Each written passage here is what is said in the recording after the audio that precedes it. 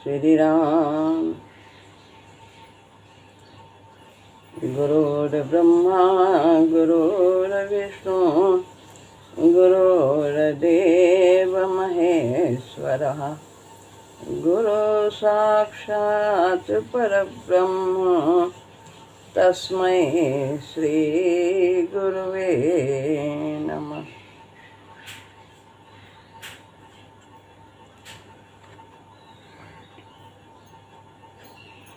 श्रीमद् भगवद गीता अध्याय 14 श्लोक है 3।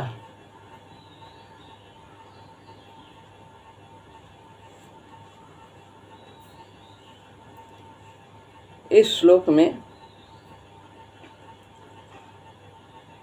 जो भगवान की साधर्मता को प्राप्त हो गए हैं, जिन्होंने सधर्मता प्राप्त कर ली है, वे तो महास्वर्ग में पैदा नहीं होते हैं, परंतु जो प्राणी महास्वर्ग में पैदा होते हैं उनके उत्पन्न होने की क्या प्रक्रिया है, इस श्लोक में भगवान बताते हैं। जो सृष्टि कैसे उत्पन्न होती है, प्राणी कैसे उत्पन्न होते हैं, उनकी क्या प्रक्रिया है, जो बंधन में बंधे हुए हैं।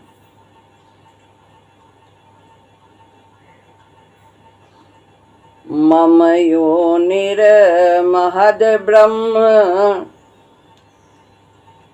तस्मिन् गर्भं दधाम्यहम् संभवः सर्वभूतानां ततो भवति भारत।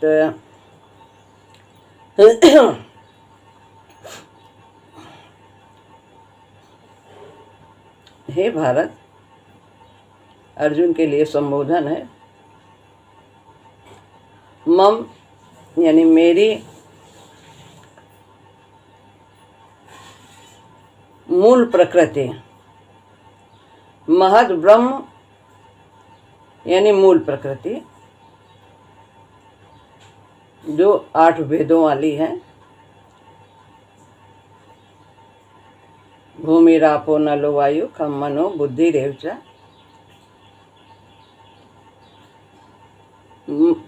मूल प्रकृति तो योनि माने उत्पत्ति स्थान है। तस्मिन गर्भम, उसमें, तस्मिन माने उसमें, गर्भम जीव रूप गर्भ का, दधामी आधा माँ और या आधा तो मी हो गया, और इसमें से या में से आ निकाल लिया अहम। अहम यानी मैं स्थापन करता हूँ। संभव सर्वभूतानाम, और संभव माने उत्पत्ति, सर्वभूतानाम संपूर्ण प्राणियों की, ततो यानी ततः उससे, भवति होती है। अर्थ है, हे भरत वंशोद्भव अर्जुन, मेरी मूल प्रकृति तो उत्पत्ति स्थान है, और मैं उसमें जीव रूप गर्भ का स्थापन करता हूँ। उससे संपूर्ण प्राणियों की उत्पत्ति होती है। मूल प्रकृति, सारा जो कुछ है प्रकृति, तो इन्हीं में भगवान अपना अंशदान करते हैं और प्राणियों की उत्पत्ति होती है। मम योनिर महद ब्रह्म, यहाँ मूल प्रकृति को ही महद ब्रह्म कहा गया है। तो इसके कई कारण हैं। परमात्मा छोटेपन और बड़ेपन से रहित है। ना वो छोटा है ना वो बड़ा है, सूक्ष्म से सूक्ष्म है और बृहत से बृहत है। परंतु संसार की दृष्टि से सबसे बड़ी चीज मूल प्रकृति है, संसारिक दृष्टि से, और उससे श्रेष्ठ परमात्मा है, उनसे श्रेष्ठ कोई नहीं है।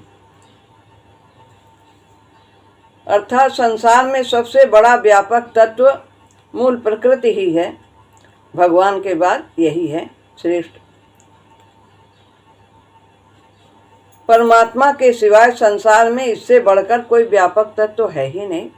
इसलिए इस मूल प्रकृति को यहाँ महद ब्रह्म कहा गया है।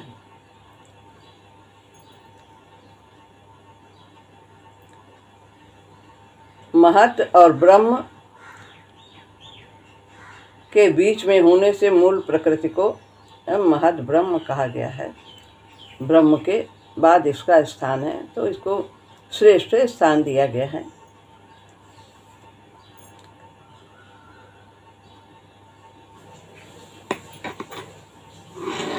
तीसरी बात है कि सर्गे पिनोपजायन्ते, पीछे के दूसरे श्लोक में बताया है कि सर्ग और प्रलय शब्दों का अर्थ क्रमशः ब्रह्मा के दिन और रात से लिया जाता है। जब सर्ग की उत्पत्ति होती तो ब्रह्मा का दिन होता है, जब प्रलय होती, महाप्रलय होता है, तो ब्रह्मा की रात होती। सभी प्राणी उसी में लीन हो जाते हैं और महासर्ग में सभी की उत्पत्ति होती है। कोई नया उत्पत्ति भगवान नहीं करते हैं। तो इस प्रकार बताते हैं कि उनका अर्थ महासर्ग ब्रह्मा का प्रकट होना और महाप्रलय ब्रह्मा का लीन होना सिद्ध करने के लिए यहाँ महद ब्रह्म कहा गया है, समष्टि बुद्धि। जीवन मुक्त महापुरुषों का तो इस मूल प्रकृति से ही संबंध विच्छेद हो जाता है, तो उनकी उत्पत्ति नहीं होती है, वो तो परमात्मा में लीन हो जाते हैं। इसलिए वे महासर्ग में पैदा ही नहीं होते और महाप्रलय में व्यथित नहीं होते, पीछे बताया गया। सबका उत्पत्ति स्थान होने से इस मूल प्रकृति को योनि कहा गया। सबकी उत्पत्ति यहीं इसी में होती है, इसलिए इसे योनि कहा गया है। इसी मूल प्रकृति से अनंत ब्रह्मांड पैदा होते हैं और इसी में लीन हो जाते हैं। इस मूल प्रकृति से ही सांसारिक अनंत शक्तियाँ पैदा होती हैं। जितना भी है देवी देवता और चर अचर, स्थावर जंगम, सूक्ष्म असूक्ष्म, स्थूल, जो कुछ भी है सब इसी मूल प्रकृति से ही सब उत्पन्न होते हैं। क्योंकि क्षेत्रज्ञ और क्षेत्र दोनों की आवश्यकता है कुछ भी होने के लिए, कोई भी रूप धारण करने के लिए। तो क्षेत्रज्ञ तो परमात्मा का अंश है और क्षेत्र मूल प्रकृति का ही तत्व है, शरीर, तो उन्हीं से सब कुछ उत्पन्न होता है। और इस मूल प्रकृति के लिए मम शब्द का प्रयोग किया भगवान ने। मम माने मेरी है, ये मेरा इस पर अधिकार है। जो चीज़ हम कहते मेरी है तो उस पर हमारा अधिकार होता है। कहने को तो हम अपने शरीर को भी कह देते हैं मेरा है, इंद्रियों को भी कहते हैं, पर जो सांसारिक जीव हैं वो इन पर अधिकार नहीं कर पाते हैं। उनके आज्ञानुसार चलने लगते हैं और वे संस्कार बनाते हैं। तो मेरी का तात्पर्य मेरा अधिकार है इस पर, तभी वो मेरी है। संसार में मेरा क्या है? कुछ भी नहीं। मेरा किसी पर अधिकार है ही नहीं, क्योंकि हम जो कुछ नहीं चाहते वो भी सब कुछ होता रहता है। न तन पर अधिकार, न धन पर अधिकार, न जन पर अधिकार, तो सब कुछ परमात्मा का ही है। इस मूल प्रकृति के लिए मम शब्द का प्रयोग करके भगवान कहते ही है प्रकृति मेरी है, इस पर मेरा आधिपत्य भी है, मेरा ही आधिपत्य है। मेरी इच्छा के बिना यह प्रकृति अपनी तरफ से कुछ भी नहीं कर सकती। यह जो कुछ करती है वह मेरी अध्यक्षता में ही करती है। और भगवान ने कहा कि देवकी के गर्भ से रोहिणी के गर्भ में डाला और माया को कहा, तो बलराम जी को उसमें वहाँ पहुँचा दिया। तो भगवान की आज्ञा का वो सिरोधार्य करते हैं।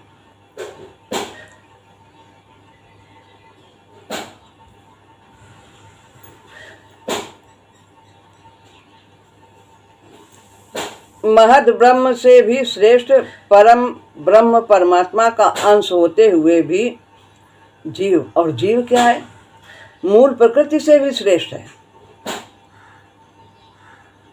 तो महत ब्रह्म से भी श्रेष्ठ पर ब्रह्म परमात्मा का अंश होते हुए भी जीव परमात्मा से विमुख होकर प्रकृति के साथ संबंध जोड़ लेता है और उसका गुलाम हो जाता है। इतना ही नहीं, वो प्रकृति के कार्य तीनों गुणों से भी संबंध जोड़ लेता है। ये गुण त्रय विभाग योग है कि गुण से हम किस प्रकार से बंधन में बनते हैं और कैसे हम इनसे मुक्त होते हैं, क्या हमारी गति होती है। इन सब बातों का भगवान ने इसमें वर्णन किया है। तो इतना ही नहीं, वो प्रकृति के कार्य तीनों गुणों से भी संबंध जोड़ लेता है। पहली बात तो परमात्मा से विमुख होकर प्रकृति से संबंध जोड़ता है और फिर प्रकृति के कार्य से भी संबंध जोड़ लेता है। प्रकृति से संबंध जोड़ता है और प्रकृति के कार्य, तो भगवान ने पीछे के श्लोक में बताया है 13वें अध्याय में कि जो इनसे संबंध नहीं जोड़ता है वही मेरी प्राप्ति करता है। न प्रकृति से संबंध जोड़े और न प्रकृति के कार्य गुणों से संबंध जोड़े, वो मुझे प्राप्त करता है। लेकिन जीव इतना महान होते हुए, भगवान का अंश होते हुए भी, मूल प्रकृति से श्रेष्ठ होते हुए भी वो परमात्मा से विमुख होकर के वह अपने से नीचे से संबंध जोड़ लेता है और उससे भी नीचे गिरकर गुणों के कार्य और शरीर से भी संबंध जोड़ लेता है। प्रकृति का कार्य शरीर है, तो शरीर को मैं कहता है मैं हूँ शरीर और ये मेरा है, और अपने को बंधन में बांध लेता है। अतः भगवान मम महद ब्रह्म पद से कहते हैं कि जीव का संबंध वास्तव में मूल प्रकृति से भी श्रेष्ठ मुझ परमात्मा से है। और 15वें अध्याय में भी कहा है ममैवांशो जीव लोके जीव भूतः सनातन। सनातन है संसार में, ये मेरा ही अंश है। इसलिए प्रकृति के साथ संबंध मानकर उसको अपना पतन नहीं करना चाहिए, अपना संबंध भगवान से जोड़ना चाहिए। तस्मिन् गर्भम दधाम्यहम्। तो अब भगवान क्या करते हैं कि योनि में अपने बीज का अंश दान करते हैं।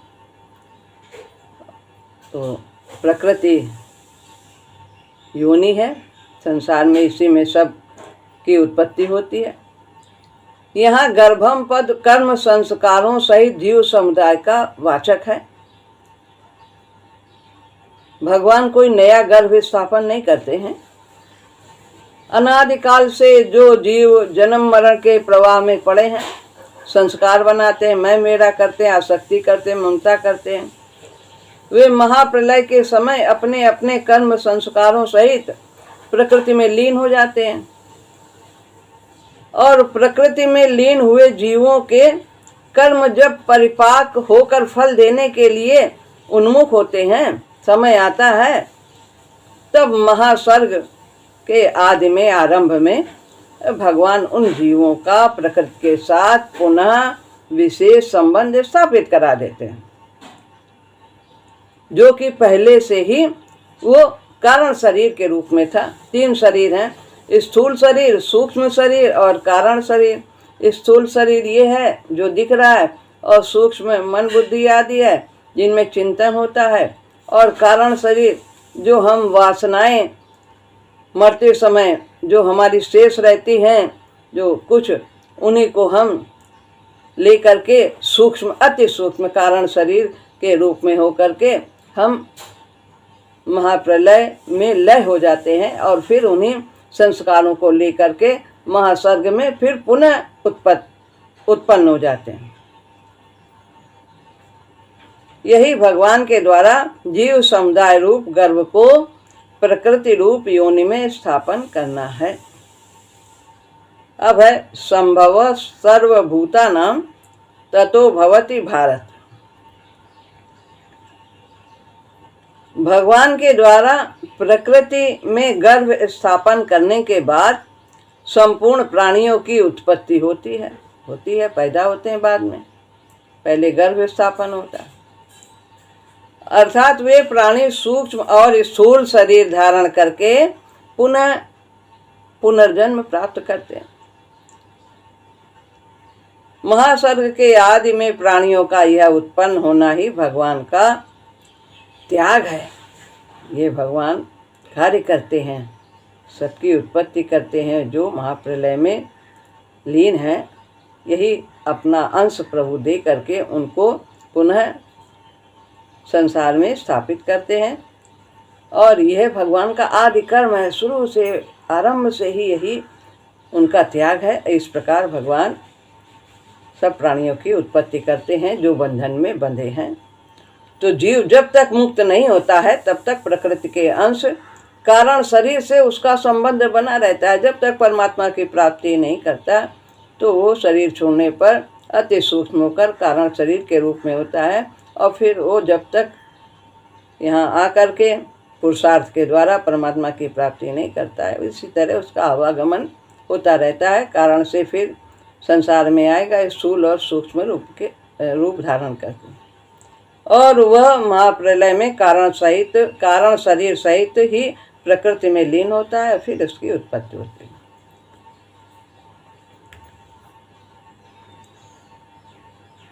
भगवान का कहने का तात्पर्य है कि जन्म मरण में पड़ा हुआ जीव मेरा ही अंश है, उसकी सधर्मता एकता मेरे साथ है, मेरे गुण उसके अंदर हैं, मेरा ही तत्व है, और उसने संबंध प्रकृति से मान लिया है। शरीर के साथ उसका कोई संबंध नहीं, शरीर तो प्रकृति का तत्व है। तो ये उसे जानना है, और ये हम शास्त्रों से, अध्ययन से और महात्माओं के संग से, गुरु की वाणी को सुन करके, भगवान के वचनों को सुन करके, उन्हें अपने अंदर धारण करके, समझ करके हम जान सकते हैं।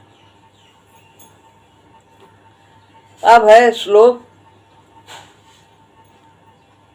4। अभी तो इसमें संसार की उत्पत्ति की बात बताई है तीसरे श्लोक में। अब यहाँ पर व्यष्टि शरीरों की उत्पत्ति का वर्णन करते हैं। एक एक व्यक्तिगत शरीर किस प्रकार से उनकी उत्पत्ति होती है, यह यहाँ बताया। व्यष्टि भी समष्टि का ही एक अंश है, उसी व्यष्टि से ही समष्टि होती है। श्लोक है 4। सर्वयोनिषु कौन्तेय मूर्तयः सम्भवन्ति यः तासाम ब्रह्म महदयोनि। रा है विसर्ग बन गया, योनि अहम बीज प्रदः पिता। नीचे के पंक्ति में नी पर 8 होता है, नी के बाद रा है, रा आधा निकाल के उसका विसर्ग बन गया, रा में आ है तो आगे अहम पढ़ा गया। इस तरह से यहाँ पर पढ़ते हैं। कौन्तेय हे कुंती नंदन, सर्वयोनिषु संपूर्ण योनियों में, यह माने जितने भी शरीर हैं, प्राणियों के जितने भी शरीर हैं, या माने जितने भी मूर्तया यानी शरीर संभवंती पैदा होते हैं, इस संपूर्ण योनियों में प्राणियों के जितने भी शरीर पैदा होते हैं, तासाम उन सब की महद योनि मूल प्रकृति तो माता है। योनि माने माता है, महद योनि मूल प्रकृति तो माता है। और अहम जो महद योनि के बाद अहम है, मैं बीज प्रदा यानी बीज स्थापन करने वाला पिता है आगे तो पिता हूँ। हे कुंती नंदन, संपूर्ण योनियों में प्राणियों के जितने भी शरीर पैदा होते हैं, उन सब की मूल प्रकृति तो माता है और मैं बीज स्थापन करने वाला पिता हूँ। व्याख्या है, सर्वयोनिषु कौन्तेय मूर्तयः संभवन्ति यः। जितने भी जरायुज, अंडज, स्वेदज, उद्भिज, ये 4 प्रकार के प्राणी हैं। जरायुज यानी जो जेर से उत्पन्न होते हैं, जेर गर्भ में जो झिल्ली होती है, जेर से उत्पन्न होते हैं, जैसे कि मनुष्य, पशु आदि। और अंडे से उत्पन्न होते हैं, अंडज जो बताया, अंडज अंडे से उत्पन्न होने वाले जैसे पक्षी, सर्प आदि हैं। और स्वेदज जो पसीने से उत्पन्न होते हैं, जुआ, लीख आदि। उद्भिज जो मिट्टी से उत्पन्न होते हैं, जैसे पेड़ पौधे, लता आदि। तो संपूर्ण प्राणियों के उत्पत्ति के 4 खान हैं, अर्थात स्थान हैं। इन चारों में से एक एक स्थान में लाखों योनियां पैदा होती। कितनी योनि होती हैं, कितने प्रकार के जीव होते हैं, मनुष्य कितने प्रकार के, एक ही पशु कितने प्रकार के होते हैं। उन लाखों योनियों में एक एक योनि में भी जो प्राणी पैदा होते हैं, उन सब की आकृति अलग अलग होती, कोई एक सा नहीं दिखाई देगा।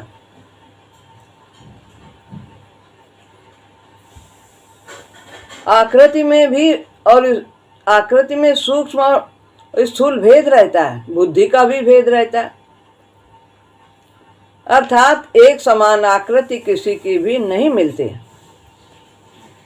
जैसे एक मनुष्य योनि में अरबों वर्षों से अरबों शरीर पैदा हुए, थोड़ी बहुत समानता कहीं कहीं दिख जाती है, लेकिन फिर भी उनमें भेद होता है रूप रंग में। पर आज तक किसी भी मनुष्य की आकृति परस्पर नहीं मिलती है। इस विषय में किसी कवि ने कहा है कि पाग भाग वाणी प्रकृति आकृति वचन विवेक अक्षर मिलत न एक से देखे देश अनेक। कितना भी कहीं कहीं कितनी जगह ढूंढाओ, देखा, अनेक देश में भी एक समान कोई भी प्राणी नहीं रहता। अर्थात पगड़ी, भाग्य, वाणी, स्वभाव, आकृति, शब्द, विचार शक्ति, लिखने के अक्षर, ये सभी 2 मनुष्यों के भी एक समान नहीं मिलते, तो फिर इतने की कैसे मिले। इस तरह 84 लाख योनियों में जितने भी शरीर अनादिकाल से पैदा होते चले आ रहे हैं, उन सब की आकृति अलग अलग है।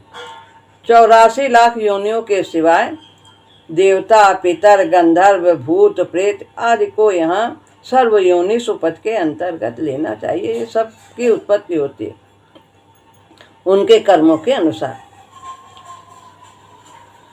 तासाम ब्रह्म महद योनि अहम बीज प्रदा पिता।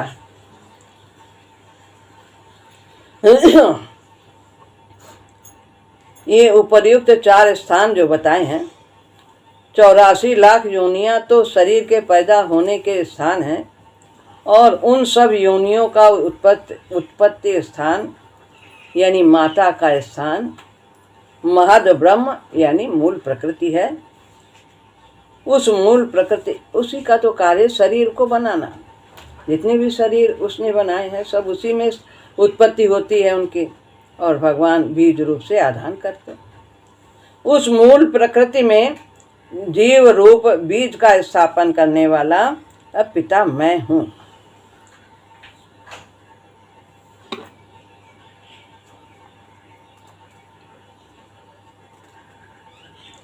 यहाँ पर बताते हैं भगवान भिन्न भिन्न वर्ण और आकृति वाले नाना प्रकार के शरीरों में भगवान अपने चेतन अंश रूप बीज को स्थापित करते हैं। इससे यह सिद्ध होता है कि प्रत्येक प्राणी में स्थित परमात्मा का अंश शरीरों की भिन्नता से ही भिन्न भिन्न प्रतीत होता है। वास्तव में सभी प्राणियों में पूर्ण रूप से एक परमात्मा ही विद्यमान है।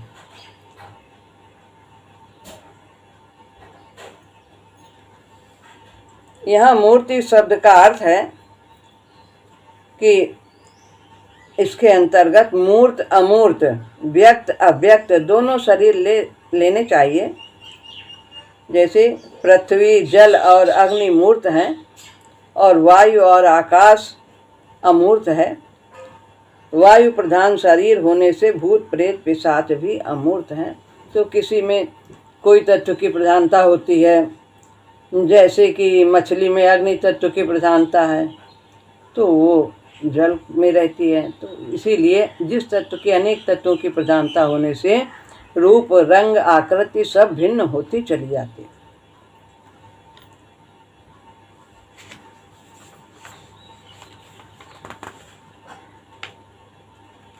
अब देखते हैं एक और हो सकता है।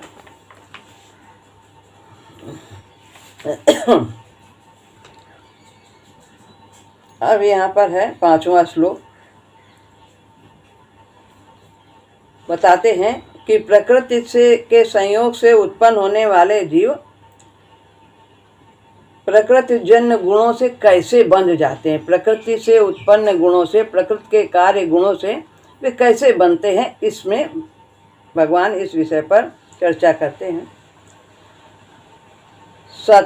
5वां श्लोक है, सत्वं रजस्तम इति गुणः प्रकृति संभवः निबध्नन्ति महाबाहो देहे देहिनमव्ययम्।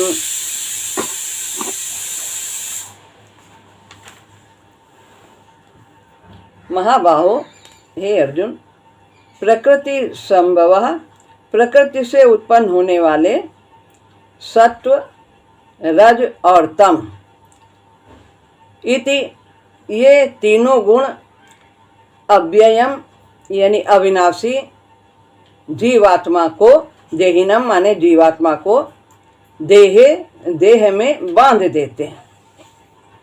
हे महाबाहो, प्रकृति से उत्पन्न होने वाले, प्रकृति का ये कार्य है, प्रकृति से उत्पन्न होते हैं ये गुण सत्व, रज, तम, ये तीनों गुण अविनाशी, जो अविनाशी है, देही, जीवात्मा, शरीरी, क्षेत्रज्ञ, इसको देह से बांध देते हैं।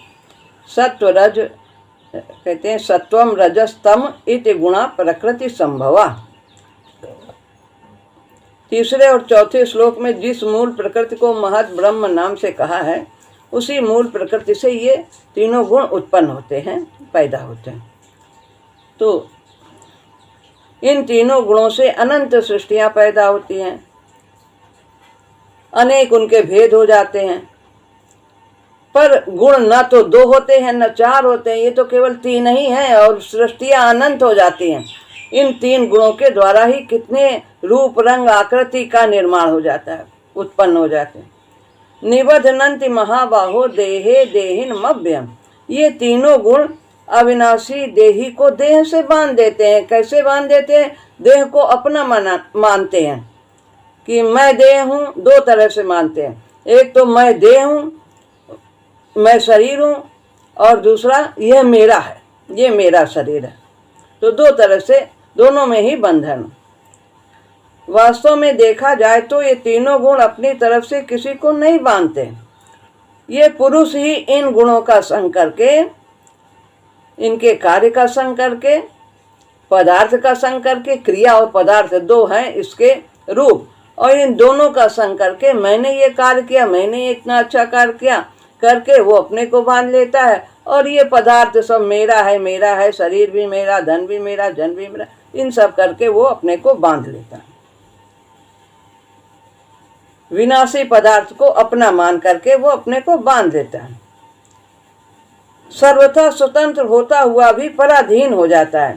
जैसे मनुष्य जिस धन को अपना मानता है, उस धन के घटने बढ़ने पर उस पर असर हो जाता है, तो उससे प्रभावित हो जाता है, सुखी दुखी हो जाता है, इसलिए वो बन जाता है। और जिस व्यक्ति को अपना मान लेता है, उसके रहने और न रहने पर भी वो सुखी दुखी हो जाता है। तो इस तरह वो बंधन में बन जाता है। सुख और दुख यही अनुभव करना, यही बंधन का कारण है। परिस्थितियों के आने पर, अनुकूलता प्रतिकूलता के आने पर वो प्रभावित हो जाता है। प्रभावित नहीं होना चाहिए, जैसे दिन रात आती है। यही गुणों का अविनाशी देह में बंधना है। यह बड़े आश्चर्य की बात है कि यह देही स्वयं अविनाशी रूप से ज्यों का त्यों रहता हुआ भी गुणों की वृत्तियों के अधीन होकर स्वयं सात्विक, राजस और तामस बन जाता है। ये सात्विक पुरुष है, ये राजसी पुरुष है, ये तामसी पुरुष है। जो जिस गुण की जिसमें प्रधानता हो जाती है वही उसका स्वरूप हो जाता है, और ये है परमात्मा का अंश। तो वास्तव में कभी भी गुणों से जीव बनता नहीं है, परंतु जब विनाशी देह को मैं मेरा मेरे लिए मान लेता है, तब वो अपनी मान्यता के कारण गुणों में बंध जाता है। उसने मान लिया है और उसको परमात्मा तत्व की प्राप्ति में कठिनता होती है। उसे परमात्मा को अपना मानना चाहिए। तो देहाभिमान के कारण गुणों के द्वारा जीव देह में बन जाने से वो तीनों गुणों से परे अपने अविनाशी स्वरूप को नहीं जान पाता। तो इस प्रकार वह वास्तव में तो ज्यों का त्यों रहता है, लेकिन अपने को उसने गलत मान्यता के कारण बांध लिया है। तो यहाँ पर भगवान बताते हैं किस प्रकार से जीव अपने को देह से बांध लेता है, बंधन में कर लेता है। तो यहाँ पर ये श्लोक पूरा होता है। अब अगला श्लोक आगे सत्र में।